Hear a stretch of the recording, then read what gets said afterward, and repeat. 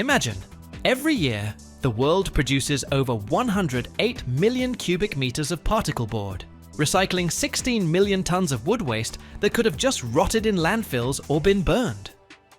This isn't just a material, it's a recycling revolution. From old packaging, offcuts, and even used furniture to the sturdy foundation for your cabinets, tables, and shelves.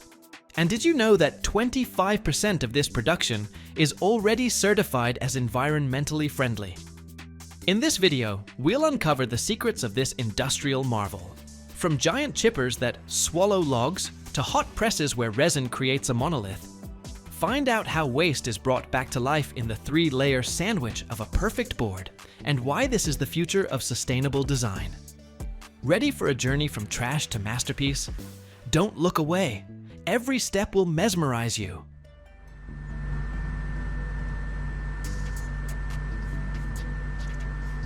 It all begins at a huge raw material yard, where the foundation for the future particle board arrives in a continuous stream.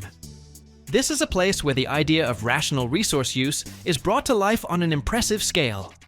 Contrary to popular belief, high-quality commercial timber is almost never used for particle board production. Instead, the production philosophy is to give a second life to wood waste, turning what was previously considered a byproduct into a valuable material. Piles of raw material, reaching tens of feet high, are brought here. The base is technological chips, obtained from low-quality wood that is not suitable for lumber production. A huge share consists of waste from sawmills. Slab wood, which is the side parts of a log with a rounded surface, board offcuts, and thin strips that remain after log cutting.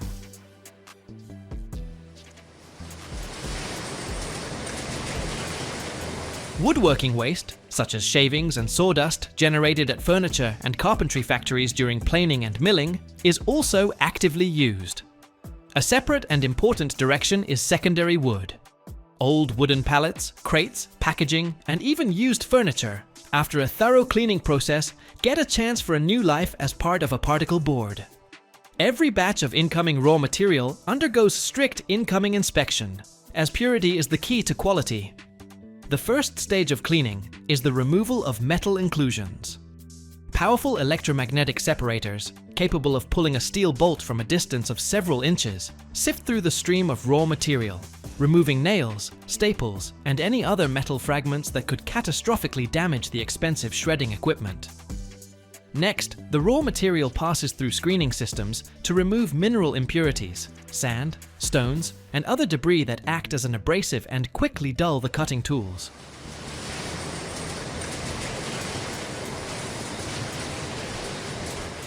If whole logs are used in production, for example, 20 feet long, they must pass through a debarking machine.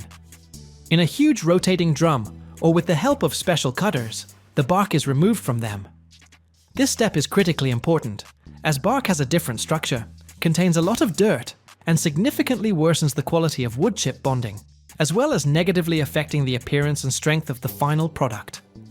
The prepared and cleaned wood begins its journey on a conveyor belt hundreds of feet long, which relentlessly carries it to the first stage of mechanical transformation. It disappears into the steel maw of a giant chipper, an industrial monster the size of a small room, capable of swallowing pieces of wood several feet thick. Inside this machine, with a deafening roar that makes the workshop floor tremble, a massive disc equipped with razor-sharp knives rotates.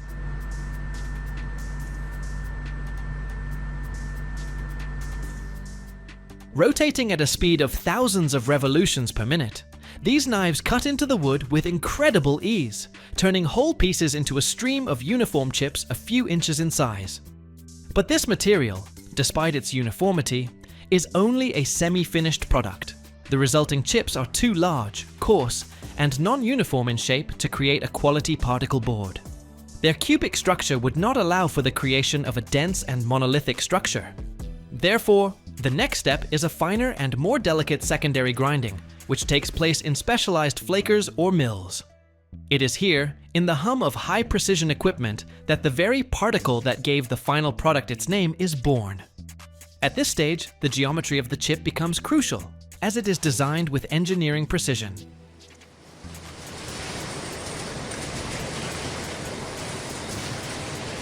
For the outer, face layers of the particle board, which will be responsible for its appearance and smoothness, very fine, thin, and flat flakes are needed.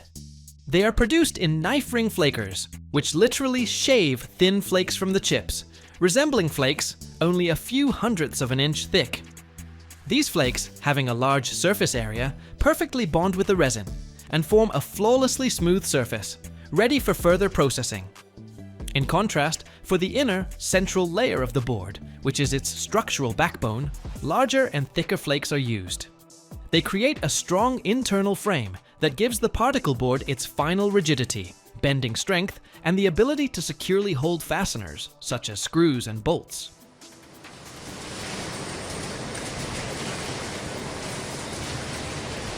The resulting chip mass has varying moisture content, which is unacceptable for quality bonding. Therefore, all the chips are sent to one of the most important stages, drying.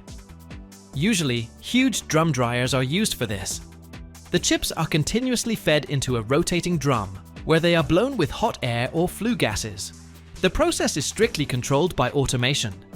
The final moisture content of the chips must be in a very narrow range, from 2 to 6%. If the chips are over-dried, they will not be properly saturated with glue. If they remain too moist during hot pressing, the excess water vapor can rupture the board from the inside, forming defects. The dried chips are not uniform in size. To create the correct 3-layer structure of the board, they must be sorted. The chip mass passes through a system of mechanical screens or air separators.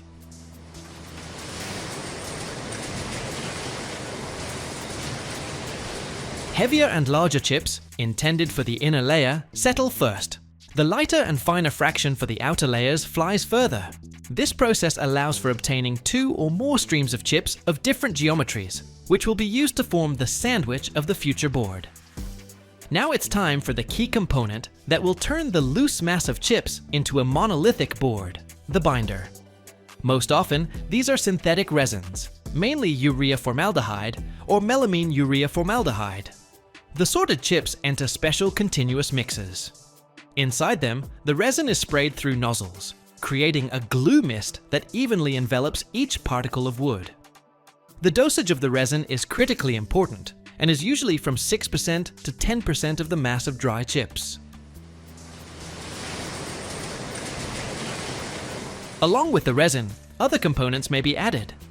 The resinated chips, now sticky and ready for bonding, are finally ready to become a board. They are transported to a massive forming machine, where a continuous chip mat is born from the scattered particles. It is here that the engineering magic of creating a 3-layer structure takes place. The forming machine is a complex system that sequentially and with high precision sprinkles chips onto a moving conveyor belt. First, it creates a perfectly even bottom layer, using the smallest fraction of chips. Immediately after this, a much thicker middle layer, consisting of large and strong chips, is laid on this base. Finally, the entire mat is covered with another layer of the fine fraction, creating a mirror image of the bottom layer.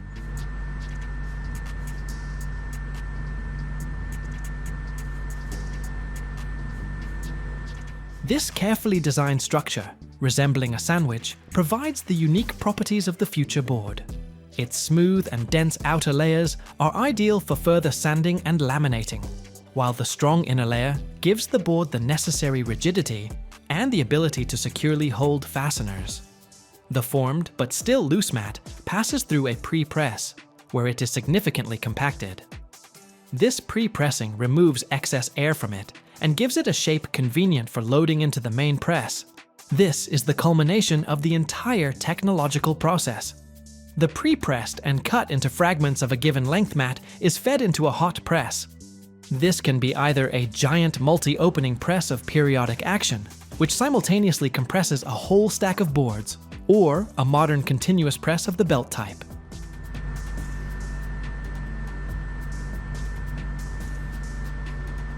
Inside the press, the chip mass is simultaneously affected by 2 powerful factors. Huge pressure, reaching tens of kilograms per square centimeter, compresses the chips, leaving no voids between the particles. At the same time, the press platens, heated to a temperature of 400 degrees Fahrenheit, transfer their heat to the mat. This high temperature activates the resin, launching an irreversible polymerization process. The liquid glue instantly turns into an extremely hard and strong polymer, which permanently glues millions of wood particles together. The time spent in the press depends on the thickness of the board and usually lasts only a few minutes. During this short period, the loose mat turns into a hot, hard, and absolutely monolithic particle board. The hot boards after the press cannot be stacked immediately.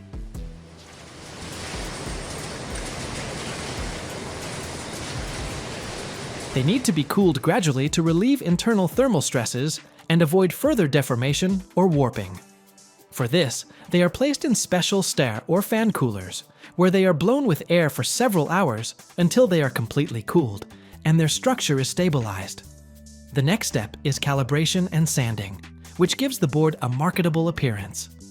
The boards pass through sanding machines with several heads, where wide abrasive belts remove a thin surface layer, bringing the board to a precise specified thickness and creating a perfectly smooth surface. At the final stage, the large technological boards are cut into standard commercial formats, and their edges are trimmed.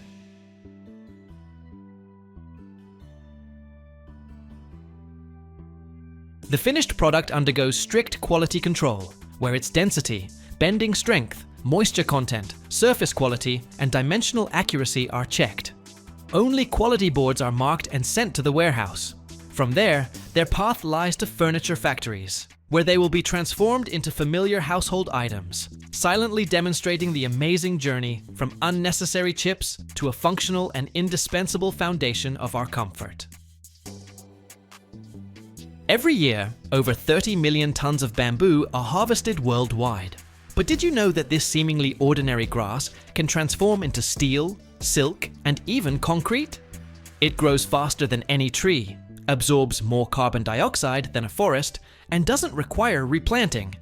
But the most interesting part is what's hidden inside its fibers. In this video, we'll show you how giant green stalks travel from plantations to ultra-durable flooring and delicate fabric. And if you watch until the end, you'll learn one shocking fact that will change your perception of the future of ecology.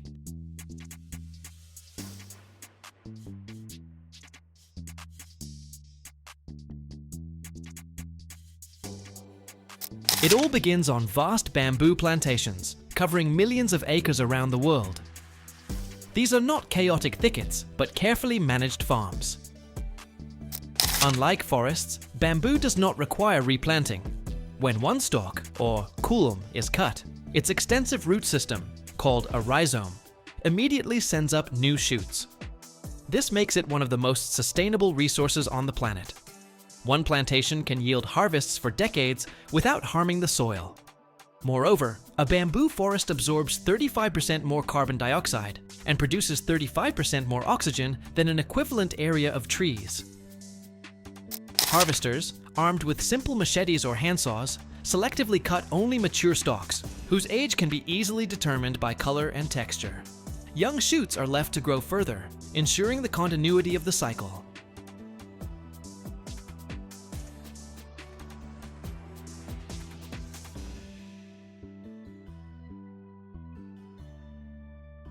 One such mature stalk can reach 60 feet in height and weigh over 100 pounds, making its transportation from the plantation to the primary processing plant a complex logistical task. When these green towers arrive for processing, their radical transformation begins. First, the long stalks are cut into manageable sections. Then, they are fed into a special machine that, with a deafening crack, splits the round sections into long strips. The next step is to remove the outer green skin and inner nodes, leaving clean, light bamboo planks. But inside these planks still lurks an enemy of durability: starch and sugar, which are a favorite food for insects and mold. To get rid of them, the planks are submerged in huge vats of boiling water or a hydrogen peroxide solution for several hours. This hot bath not only sterilizes the bamboo, but also washes out all the nutrients.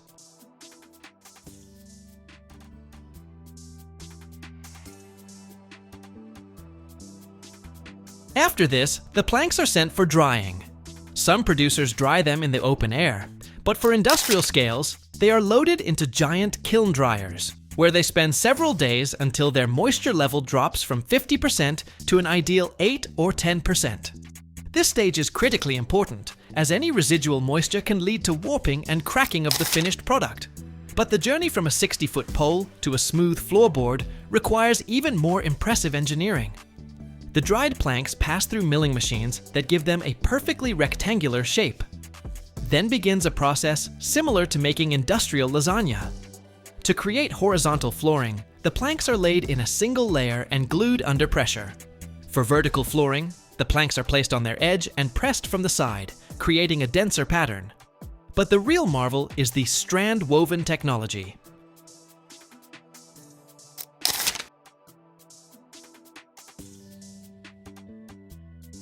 Here, the bamboo planks are not just glued together, but completely shredded into long fibers, mixed with an environmentally friendly resin, and loaded into huge steel presses.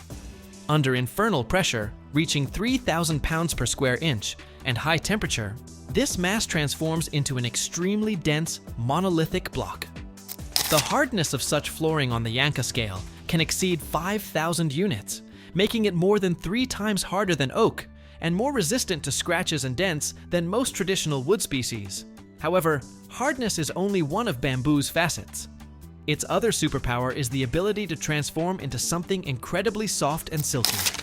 The process of creating bamboo fabric is a true industrial alchemy. The most common method, known as the viscose process, begins with grinding the bamboo raw material into a cellulose pulp.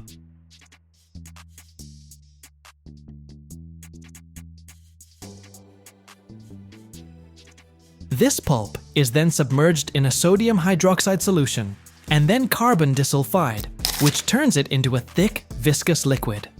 This liquid, resembling honey, is forced under pressure through the finest holes of a metal plate called a spinneret. Imagine a microscopic shower. Emerging from the holes, the thin streams enter a bath of sulfuric acid, where they instantly solidify, turning into endlessly long fibers. These fibers are then washed, bleached, dried, and twisted into yarn, from which fabric is woven. Despite the complex chemical process, the final product is biodegradable and has unique properties. It is extremely soft, hypoallergenic, has natural antibacterial properties, and breathes wonderfully, making it ideal for clothing and bedding. The global bamboo market is colossal and is projected to exceed $100 billion in the coming years.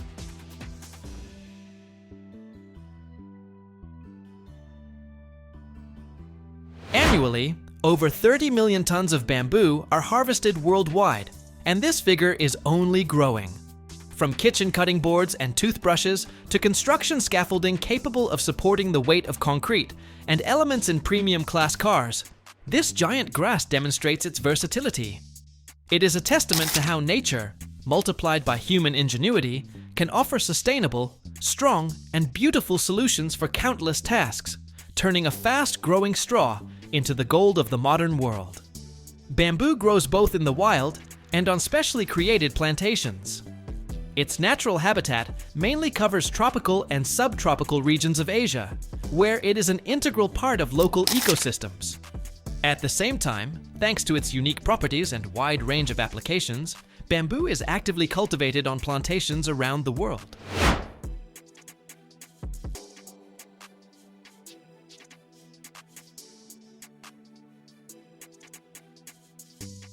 It is cultivated for the production of building materials, textiles, paper, interior items, and as a source of biomass. In the wild, there are over 1,000 species of bamboo. It is a perennial evergreen plant belonging to the grass family. Bamboo is known for its extremely fast growth. Some species can grow several tens of centimeters per day. Bamboo blooms very rarely, and after flowering and fruiting, the plant usually dies. Growing bamboo requires certain knowledge and care, including proper planting, regular watering, and choosing the right variety for specific climatic conditions. There are even ornamental types of bamboo that are grown in gardens and at home. Every year, over 100 million cubic meters of plywood are produced worldwide. That's enough to cover every roof in the United States with a whole tree. But few people know how this journey actually begins. Imagine a wet log, still smelling of the forest, enters steaming chambers, passes through steam, knives, fire, and a pressure of 250 PS to become a wall, a roof, or even a stage. How is a log transformed into plywood that will last for decades? And what secret does the peeling process hide? If you watch until the end, you'll discover what they don't write in textbooks. The factory wakes up before dawn. With a deep roar, the gates open and trucks with freshly cut logs slowly drive onto the site. You should see them. Oaks, pines, poplars, true forest giants, long, thick, heavy, with wet bark and the aroma of a freshly felled forest. The wood is still breathing, still warm from the sun that shone on it for the last time. And so it begins. The logs are dumped onto a hydraulic feeder, where they move like logs in a mountain stream. Only instead of water, a system of rollers and chains is at work, and instead of a river, washing chambers, loud and ruthless. Bam! A jet of water under a pressure of 1000 psi, almost like a fire hose, hits the wood from all sides. All the mud, dust, and pieces of bark are torn off, like old skin. The logs spin, collide, foam, and hum. It looks as if the wood is undergoing a purification ritual before becoming something greater. After such a washing, they shine. But that's not enough. The wood is strong, rigid. You can't peel it like butter. So next, the steam chamber, a real wooden spa resort, but on an industrial scale. The logs drive onto an overhead crane, are lifted, and slowly submerged into giant cylinders, steam vats 60 feet long. And there, behind closed steel doors, begins what engineers call fiber softening. But I would call it wood stewing. Inside, it's 220 degrees Fahrenheit. The steam is thick, saturated. For 8 or even 12 hours, the logs soak in this environment. The steam penetrates to the core, the fibers relax, the resin starts to flow a little. And if you listen closely, it's as if you can hear the wood sigh, as if admitting, "Okay, I'm ready, make me into plywood, make me." They are taken out, and the logs are no longer the same. If at first they crackled with tension, now they are flexible, elastic, like wet towels. Steam still billows from the bark, wood chips remain on the floor. The smell is like a sauna in the forest after a rain. They are stacked on roller conveyors and prepared for the next step, peeling, where they will lose their wooden identity, but acquire a new one. The log, fresh from the steam bath, is still smoking, as if someone just threw it from a pot onto the cold concrete. It is grabbed by a mechanical clamp, huge, like a transformer's paw, and lifted to the peeling machine. A giant with a steel mouth that is already humming, like a Harley-Davidson's engine at full throttle. This machine is a centrifugal peeling line, or simply put, a shredder. The log, heated and pliable, is mounted at the center of rotation, like a kebab on a skewer. It begins to spin slowly, then faster, even faster. And here the peeling knife comes into play, long, straight like a samurai sword, only made of steel and as wide as the entire log, 4 or 5 feet. And it doesn't cut, it peels, layer by layer, strip by strip. Screech! Shh! Vroom! The log spins, and a thin, flexible layer of wood comes off it, only 1/16 of an inch thick.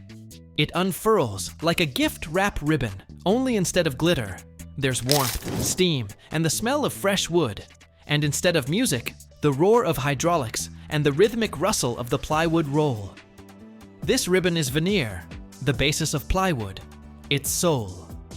It comes out without stopping, tens, sometimes hundreds of feet long, is rolled up or automatically cut into large sheets, typically 4 by 8 feet. Peeling is a sensitive process. The log must be straight, symmetrical, moist, but not too soft. If it cracks, it's over. The veneer will have holes or waves, and the plywood won't be grade A, but oh no. Operators carefully monitor every movement. On the display, graphs of speed, pressure, layer thickness. Cameras capture every knot. If something goes wrong somewhere, the machine stops in a second. And then they fix it, readjust it, and back to the fight. When the log is exhausted to the core, what remains is a core, a few inches thick. It's automatically ejected to the side, to be later processed into sawdust, fuel, or wood chips. Nothing is wasted here. Everything will be used. And the veneer sheets, hot, pliable, still smelling of steam, race onto the dryer. But for a moment, as they come off the knife, they are incredible. This is living wood, which has already lost its tree form but has not yet become plywood. It flows like water from a tree. It dances like a gymnast's ribbon. It rustles like paper, but carries the strength of a trunk. As soon as the veneer ribbons come off the knife, they are still damp, steaming, like leaves after a thunderstorm. And so, they are picked up by an automaton, pulled into a drying line, incredibly long, like a train in Texas. Inside, hot air, about 200 degrees Fahrenheit. Flows are accelerated by fans. The sheets race along a conveyor belt at a set speed. 10 or 15 minutes, and the veneer comes out dry as a bone. And at the same time, still flexible, because if you over-dry it, it will break like a chip. And if you under-dry it, the resin won't stick later. Everything, down to the micron, down to the second. It's not just automation at work here, but also the intuition of the dryer operator, who can tell by sound and smell. This oak is still damp. Next, sorting. Veneer sheets, dozens, hundreds, roll onto an inspection platform, where operators or modern cameras with artificial intelligence decide where each should go. A sheet without knots, perfectly even, goes for the face layer, the highest grade. With small cracks to the middle, with large defects into the inner layers, or for backing. Everything that doesn't fit is shredded and sent for recycling. Nothing goes to waste. The selected sheets are fed to glue applicators, huge drums that evenly roll on a waterproof phenol formaldehyde resin. It's dark brown, thick, sticky, smells sharp, like a school desk after woodshop class. And here, everything is important. The layer of glue, the temperature of the sheet, the direction of the fibers. Because plywood isn't just glued sheets, it's cross-laminated layers, where each layer runs perpendicular to the previous one. This is how it gets its mechanical strength, flexibility, and resistance to warping, like a bulletproof vest, but made of wood. The finished sandwiches of several layers are placed in a giant hydraulic press that applies pressure from 150 to 250 psi at a temperature of about 300 degrees Fahrenheit. Inside the press, it's hell, but a controlled one. 10 minutes and the resin hardens, binding the fibers into a single body. The plywood becomes monolithic, hard, sanded from the inside out. This moment is the culmination of the entire process. Here, from wood and glue, a plywood sheet is born, ready for battle. Coming out of the press, the sheet is still hot. It is laid on a cooling conveyor, a wind tunnel where cold air draws off the residual heat. Then, a sanding machine. On both sides, large rollers with sandpaper remove microns of irregularities, even out the surface, remove excess glue. Next, cutting into standard formats, usually 4 by 8 feet, although a customer can request 6 by 10 feet, or even mini sheets. Then, quality control, scanning, marking, packaging. Each sheet is marked with a code, a grade stamp, a production date. It is packed in stacks of 40 to 60 pieces, wrapped in stretch film, and off to the warehouses. Each sheet that leaves the factory has passed through water, steam, blades, fire, a press, and saws. And now it can be anything. It becomes a wall in a new house in Kansas, or the back of a chair in a New York coffee shop. Sometimes, the level of a stage in a music school in Iowa. Another time, the roof of a house in Mississippi, the floor of a trailer somewhere in the middle of Arizona, or even the body of a truck speeding down I-80 at night. And each time, thousands of layers of wood hold together, as if whispering, "We are plywood. We are stronger than we look." What made of plywood is right next to you right now? Every hour, over 3,000 miles of electrical cables are laid worldwide. But few people know that this involves gigantic metal spools, each one an engineering marvel weighing over 20 tons. Their diameter can reach 33 feet, and inside, up to 37 miles of wire capable of transmitting hundreds of thousands of volts. A half-inch error, and everything goes down the drain in losses. How are these steel giants created with precision down to 1/100th of an inch? And why can't any power transmission line exist without them? Watch, and you'll be amazed. This story begins with calculations. Before the first bolt touches the steel, a team of engineers dives into mathematical alchemy. Each spool for a high-voltage power transmission line is created for a specific type of cable, so there are no trifles here. Blueprints, models, and calculations come into play. It is necessary to consider the outer diameter of the cable, for example, 2 inches. Its weight, which can exceed 3 pounds per foot. Density, number of turns, winding angle, and even the insulation's coefficient of friction. On average, up to 6 miles of cable are wound onto one spool. That's almost 32,000 feet of heavy, multi-insulated wire that, under voltage, can carry hundreds of thousands of volts. An error of just half an inch in the spool's diameter, and the cable might start coiling incorrectly, shifting, compressing, overheating. In the worst case, it gets damaged even before installation. And that's tens of thousands of dollars in losses before even starting. Moreover, the core diameter of the spool can reach 5 or 6 feet, and the total diameter of the flanges up to 33 feet. The weight of the structure exceeds 40,000 pounds. That's like 2 large SUVs screwed together and stood upright. And this entire mass has to rotate smoothly, without misalignment or vibrations. Are you impressed? Because I sure am. To avoid disasters, engineers add a coefficient of material expansion. As metal changes size when heated, consider transport weather conditions, and also the winding geometry, because even too steep a winding angle can damage the cable when it's unwound. When the drawings are approved, giant workshops come onto the scene, hangars the size of a football field. Here, metal flanges, cores, and frames appear. Most often, the spools are made of steel. It's steel that can withstand the weight of the cable and the loads during transport. For an average spool, more than 2 tons of steel are needed at the laying site. So, each giant spool for power transmission lines starts with cold metal, thick steel sheets that arrive at the factory as plates measuring 6 by 12 feet or more. Their thickness ranges from half an inch to 1 inch, and this steel is structural. Strong, tough, capable of withstanding high loads without cracking or deforming. First, the sheets are fed to plasma or laser cutting machines, which are programmed according to precise drawings. A giant plotter, emitting a hot beam, literally burns complex shapes into the metal. These machines operate with an accuracy of 1/100th of an inch. Such precision isn't for beauty's sake, it's critical. Because even the slightest error on one flange can cause the spool to lead the cable off-center during rotation. And that's a risk of misalignment, jamming, and failure during installation.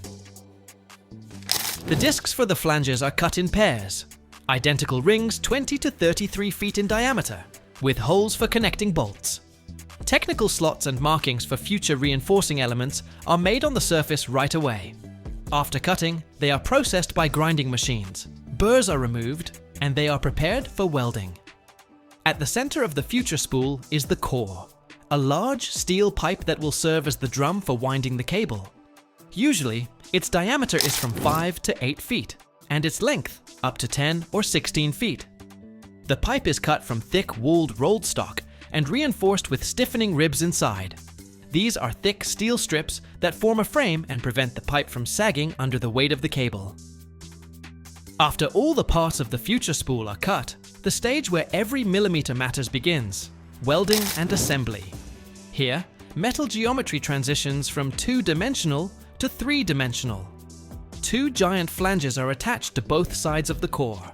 A steel pipe that will hold tens of thousands of feet of heavy cable. The entire structure must withstand not only its own weight, but also dynamic loads during rotation and transport. Welding is done manually or automatically, depending on the size and complexity. Most often, submerged arc welding is used, which allows for creating dense, strong seams without voids. The joints are additionally ground, as any protrusion or unevenness can damage the cable during winding. Then, reinforcement.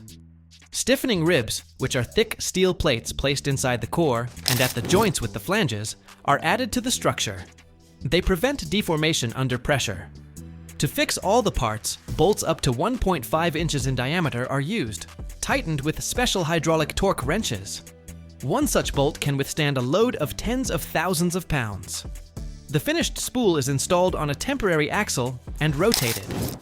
Engineers check the balance using a laser level, ensuring that during rotation, no part shifts even 1/4 of an inch. If the structure wobbles, it's ground, adjusted, and sometimes parts of the elements are reassembled. And only after this is the spool considered ready for the final stage: anti-corrosion treatment, painting, and testing. The finished spool has just been removed from the rotating stand after welding.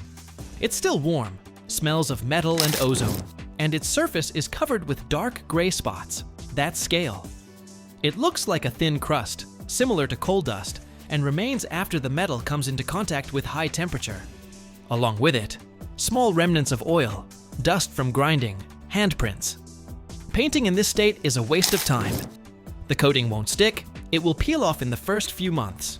So first, mechanical cleaning takes place. The workshop buzzes with tools. Workers with stiff brushes on grinding machines go over the joints, flanges, and stiffening ribs.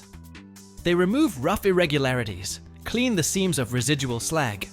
But this is not enough. Next, a sandblasting unit comes into play. A large chamber, or just a separate section in the workshop. The spool is brought inside on a special platform.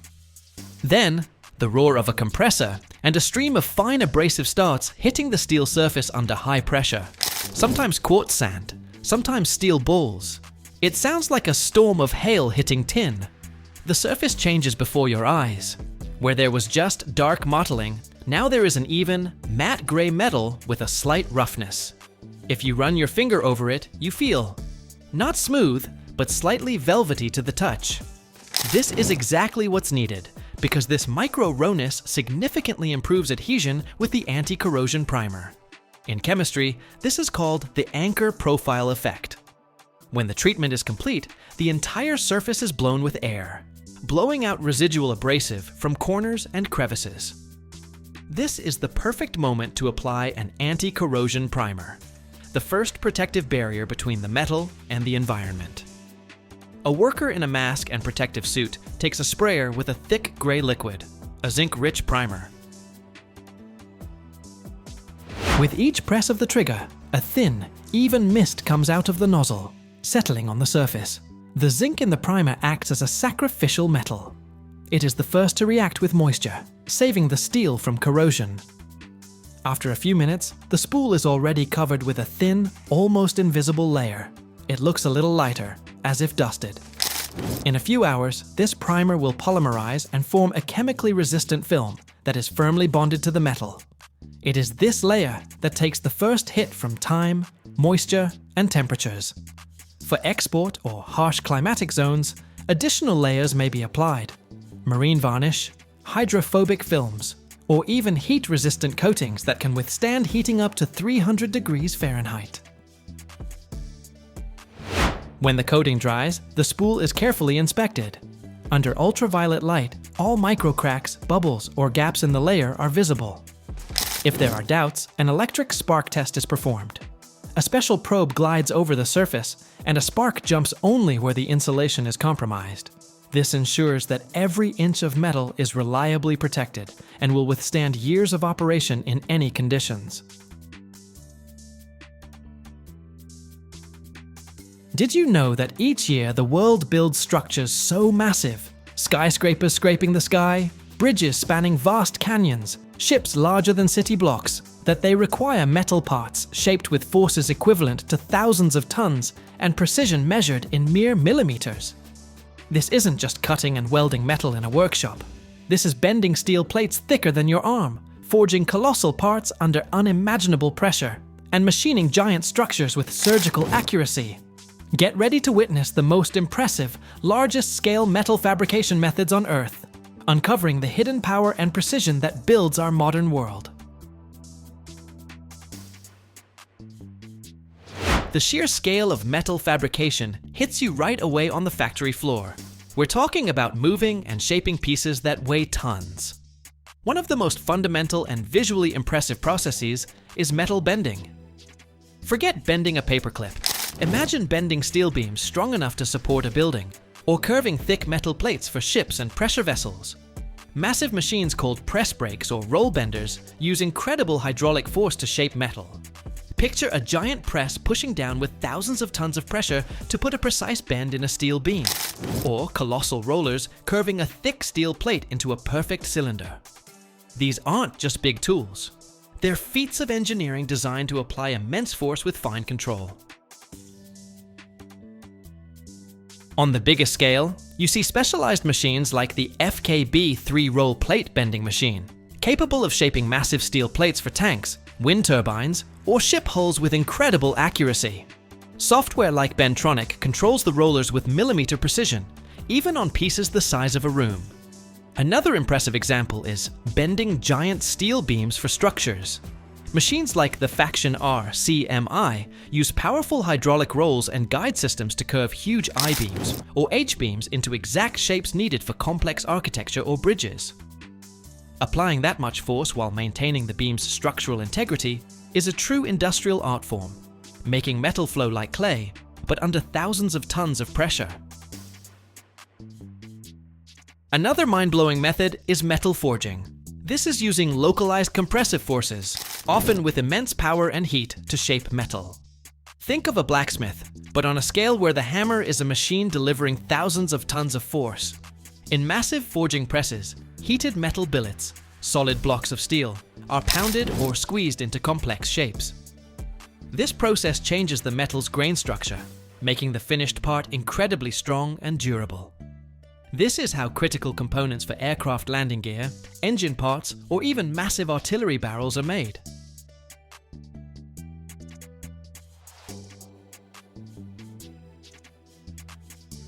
At places like the Waterlet Arsenal, you see iconic machines like the rotary forge.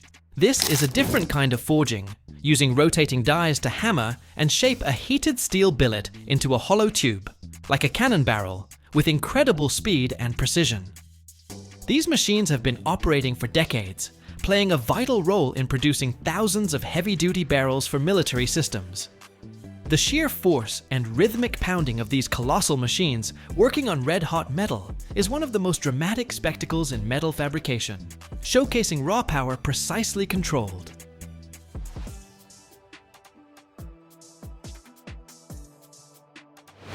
Once metal parts are formed by bending or forging, they often need precision finishing. This is where machining comes in, using tools to cut away material and achieve exact dimensions and shapes. On the bigger scale, this involves massive CNC, computer numerical control, machining centers working on parts that weigh many tons.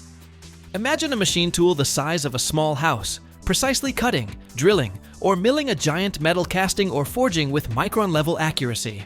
Sophisticated software controls these machines, making complex cuts and achieving tolerances required for critical components in aerospace, heavy machinery, or energy production.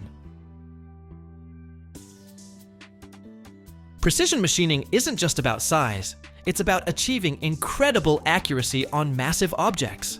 Machines use advanced cutting tools made of hardened materials, sometimes cooled with high-pressure coolant, to cut through tough alloys.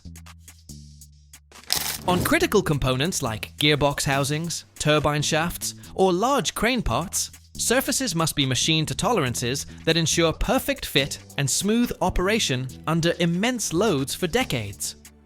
It's a process where technology allows engineers to sculpt giants with the precision of a jeweler.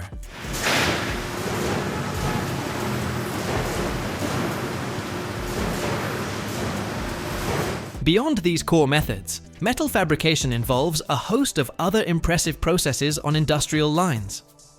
Cutting is a crucial first step, using powerful lasers, plasma torches, or water jets to slice through thick metal plates with incredible speed and clean edges.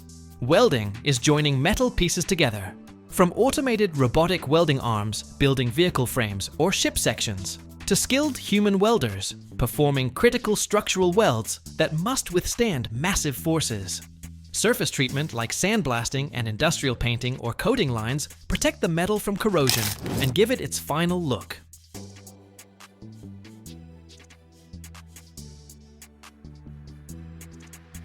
Throughout all these stages, from the arrival of raw metal plates and beams to the final finished and assembled components, rigorous quality control is paramount.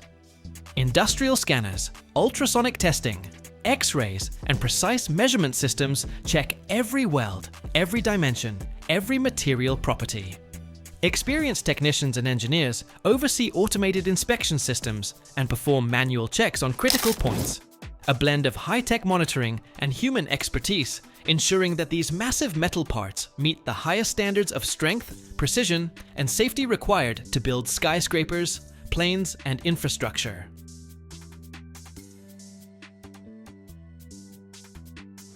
These massive metal fabrication facilities are not just factories. They are cathedrals of engineering power and precision. They process hundreds of thousands of tons of metal each year, shaping it into the backbone of our cities, transportation, and industries.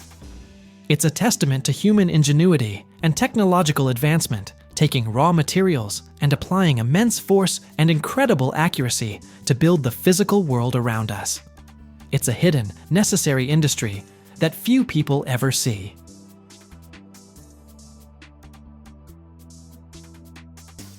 So, the next time you look up at a skyscraper, cross a bridge, or see a large machine at work, remember the mind-blowing industrial process that created its metal bones. The bending of giant beams, the forging of colossal parts, the precision machining of massive structures. It's all part of the amazing world of metal fabrication. It's a fascinating look into the power and precision that builds our modern world. What part of these impressive metalworking methods surprised you the most? Let us know in the comments. Did you know that each year the world harvests over 60 million tons of mangoes? That's an absolutely staggering figure, enough to cover an area the size of Miami, Florida, or fill over 2 million semi-trucks bumper to bumper. But those aren't just numbers. They represent billions of sweet, tropical fruits that embark on a massive, hidden industrial journey to reach kitchens and tables worldwide. Forget the simple fruit stand. Get ready to dive deep into the colossal scale and amazing technology behind how millions of tons of mangoes are processed every year. This incredible journey begins in the vast, sun-drenched orchards of the global tropics, places like India, Mexico, Peru, Thailand, and many others.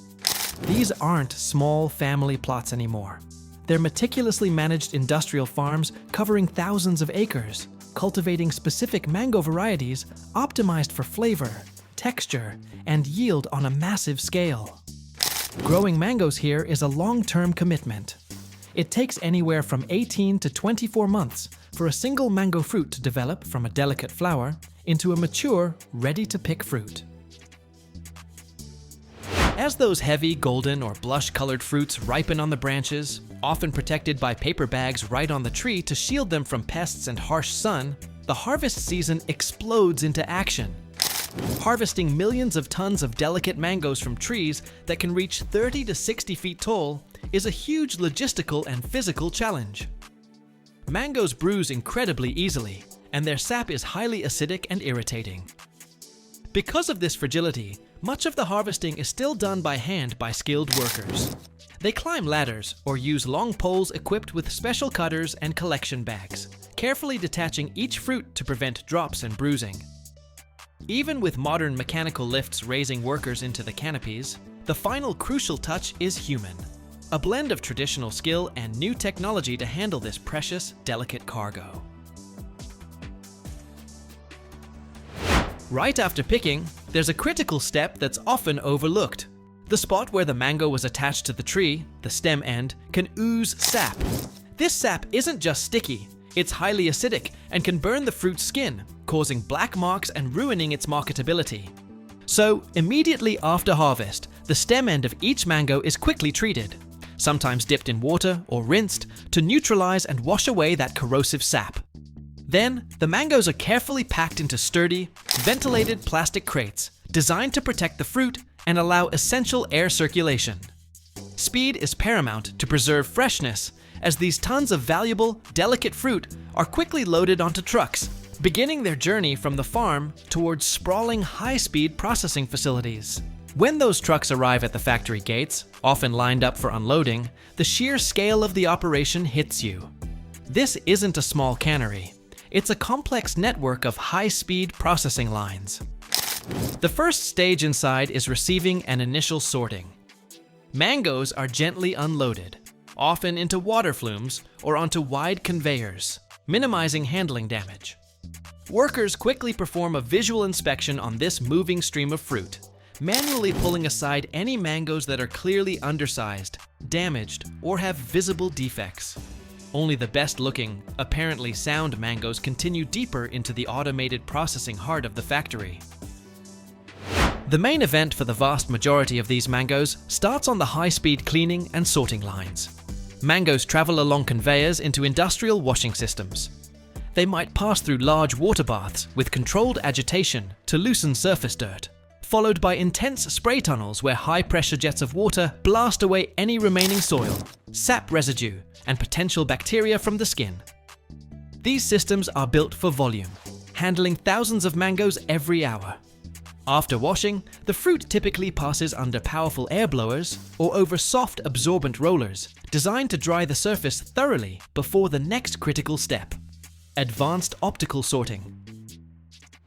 This is where technology takes over human vision.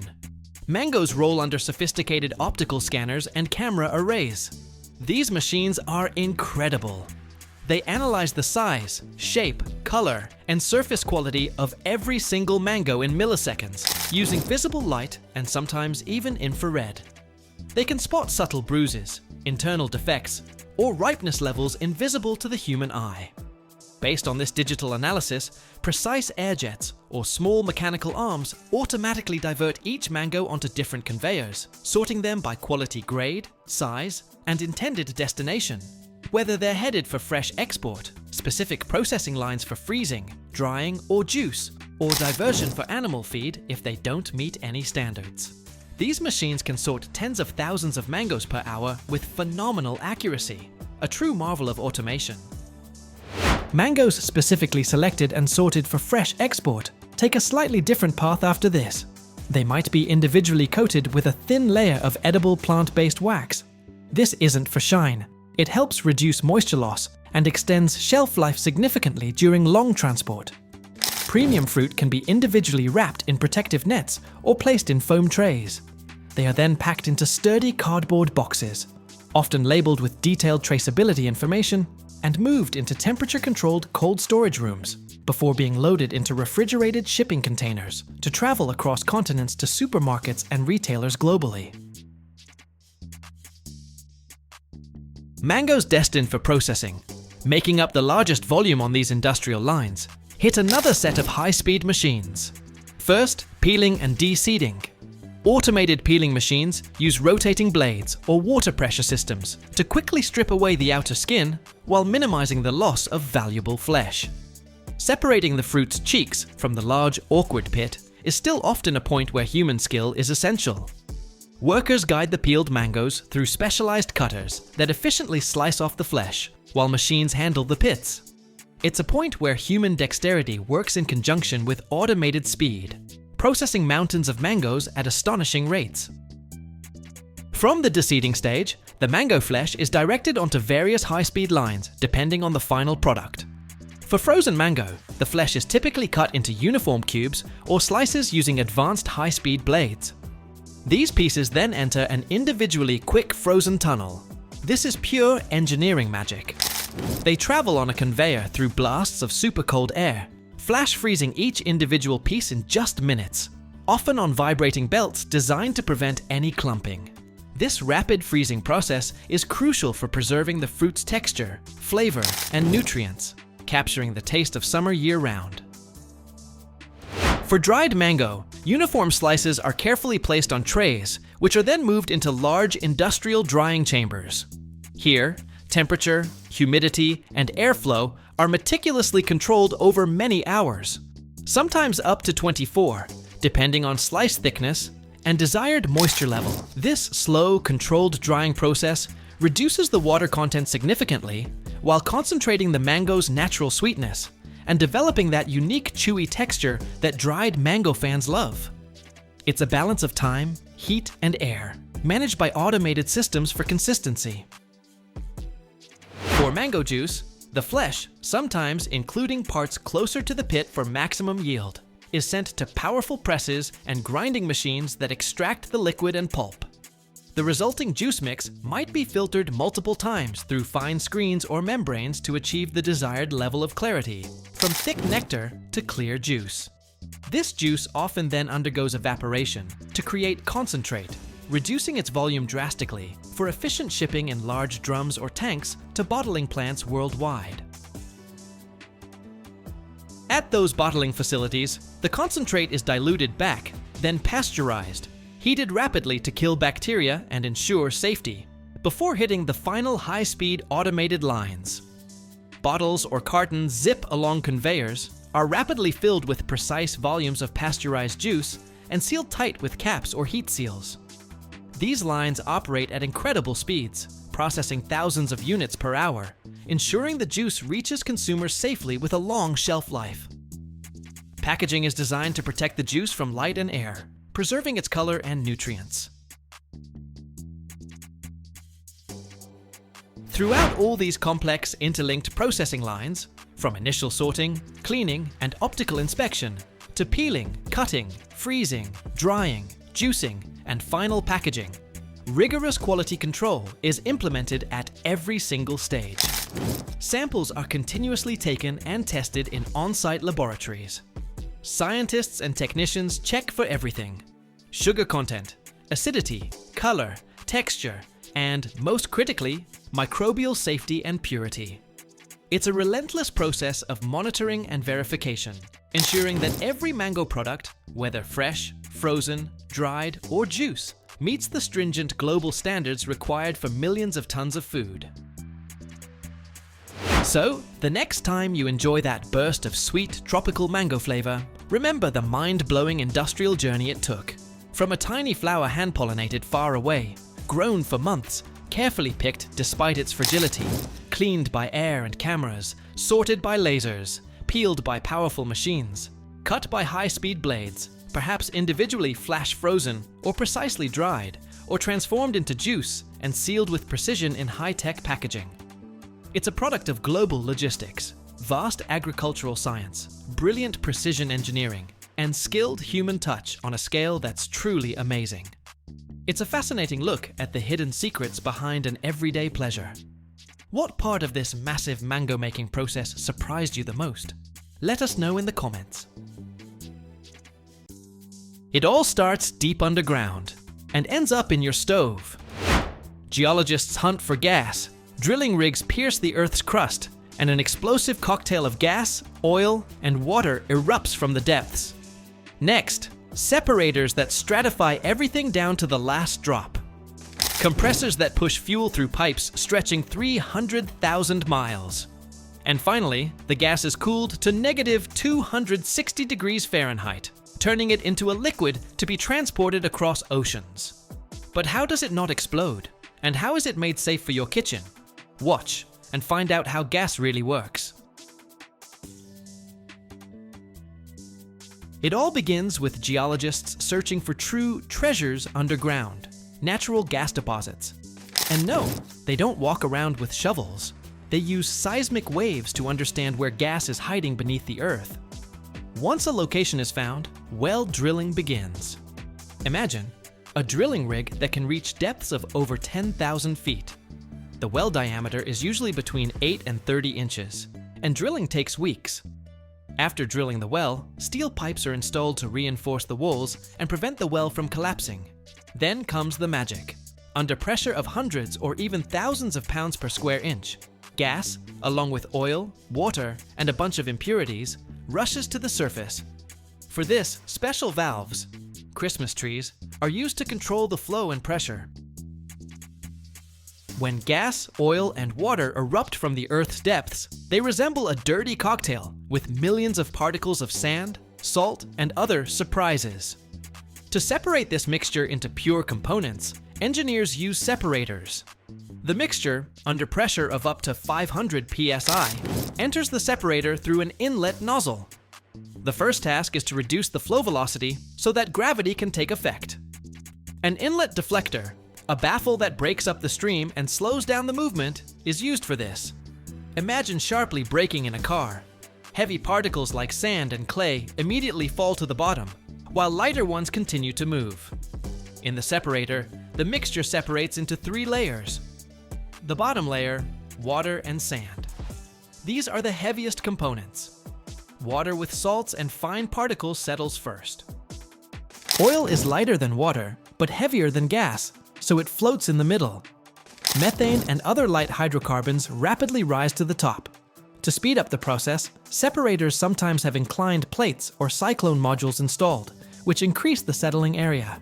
For example, plates angled at 45 degrees cause oil droplets to coalesce and fall down faster. If oil and water form an emulsion, demulsifiers, chemical substances that break the bond between droplets, are added to the separator. Sometimes, vibrating screens are used to filter sand from the bottom layer. The gas, meanwhile, passes through wire mesh mist eliminators that collect residual liquid droplets. Float level sensors monitor the thickness of the oil and water layers. If there's too much oil, a valve opens and it flows into a collection tank. A gas valve at the top regulates the pressure so that the gas doesn't exit too quickly. The ideal pressure is between 100 and 300 psi for effective separation. A sand dump valve periodically opens to remove sediment from the bottom.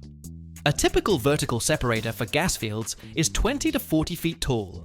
That's like 2 or 4 giraffes stacked on top of each other.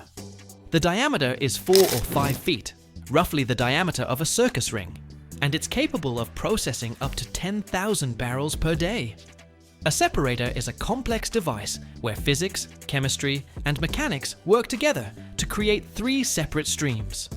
After all, if gas contains liquid droplets, it can damage pipelines through corrosion or hydraulic shock. And 1% water and gas reduces its heating value by 5, or even 7%. That's like adding gasoline to your latte. Oil from the separator is sent to storage tanks, water is purified or re-injected into the formation, and gas heads to dehydration units. Some gas components, propane, butane, ethane, can be separated out. To do this, the gas is cooled to 150 degrees Fahrenheit, and these components condense. They are collected in special tanks and sold separately. For example, propane for grills or butane for lighters. Clean gas isn't ready for its journey yet. It needs to be compressed to a pressure of 800 or even 1,200 psi to be pushed through mainline pipes that stretch for thousands of miles. Compressor stations, true giants with engines producing thousands of horsepower, are used for this. Gas moves through mainline pipelines with diameters ranging from 24 to 48 inches. They run underground at depths of 3 to 6 feet, and their length can reach thousands of miles. Compressor stations are located every 50 to 100 miles to maintain pressure. When more natural gas is extracted than is currently needed, it isn't just vented or left idle. This valuable resource is stored in special underground storage facilities, which can be imagined as huge banks for gas. The most common types of such storage are depleted oil or gas fields, as well as salt caverns, located at depths of up to 3,000 feet underground. Depleted oil fields are cavities left after oil or gas extraction. They have natural geological barriers that prevent gas from escaping. Gas is injected there under pressure through special wells, where it is stored in porous rock, filling the voids previously occupied by oil or water. A single well can produce up to 10 million cubic feet of gas per day. Salt caverns are artificially created cavities in salt formations. They are formed by dissolving salt with underground water, creating large voids that are ideal for gas storage. These caverns have high integrity and allow for rapid injection and withdrawal of gas, making them very effective for regulating supply. Underground gas storage is very important for the stability of the energy system. In winter, when gas consumption increases due to heating, additional gas is withdrawn from these storage facilities to meet consumer needs. Similarly, during peak load periods or emergencies, these underground banks help prevent supply interruptions. Storing gas underground is also economically advantageous, as it allows for balancing production and consumption, reducing costs for surface transportation and storage. It's a reliable and safe way to ensure that gas will always be available when it's needed most. The length of gas pipelines in the United States is over 300,000 miles. Before gas reaches your home, it undergoes another check for purity and pressure. At distribution stations, the pressure is reduced to 0.25 psi, which is safe for home stoves and boilers. For safety, a special odorant, mercaptan, is added so you can detect a gas leak. At all stages, from the well to your kitchen, gas is monitored by pressure, temperature, and composition sensors. In case of an emergency, valves shut off the flow in seconds. Personnel undergo training, and systems automatically record the slightest deviations. Besides homes, gas is supplied to power plants, factories, and chemical plants. For industrial consumers, the pressure and volume are higher. Pipes with diameters up to 48 inches and pressures up to 1,500 psi are used here. Gas can be liquefied. It's cooled and transported by tankers across seas. First, the gas is compressed, meaning it's made very dense, like when you squeeze the air in a balloon. It becomes smaller in volume, but warmer. Then, this warm compressed gas is passed through special coolers. After that, the gas is passed through special devices, expanders, which allow the gas to expand and cool down even more, like when you let air out of a balloon and it becomes cold. Thanks to this, the gas cools down significantly, to about -260 degrees Fahrenheit. When gas cools to such a low temperature, it turns into a liquid, like water, but very cold. This liquid gas takes up about 600 times less space than in its gaseous state, so it can easily be stored in special tanks and transported by ships.